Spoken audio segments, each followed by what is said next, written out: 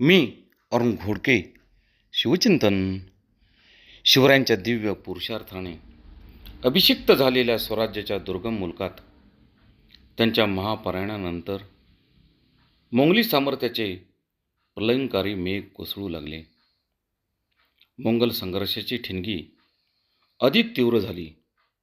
सारा मराठी मुलूक अग्निरूप ज्वालाने अक्षरशः धगधगू लागला.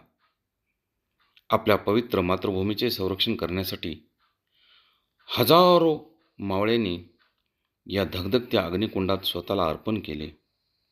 छत्रपती शंभूराजांचे बलिदान तर पुढील अनेक पिढ्यांना खऱ्या अर्थाने मार्गदर्शक ठरले.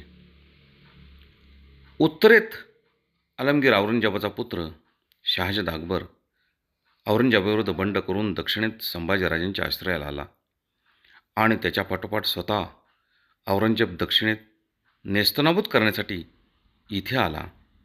हा संघर्ष तब्बल 25-26 वर्ष सुरू होता. औरंगजेबाने आपले सर्वस्व पणाला लावले, परंतु त्याचे सर्व प्रयत्न निष्फळ ठरले. अखेर या मराठी मुलकातच त्या सर्वमान शक्तिमान असलेल्या औरंगजेब बादशहाचा ला आपला देह ठेवावा लागला आणि स्वराज्याची तेजस्वी ज्योत पुढे अधिक प्रकाशमान झाली. बहुत काय बोलणे. राम कृष्ण हरी.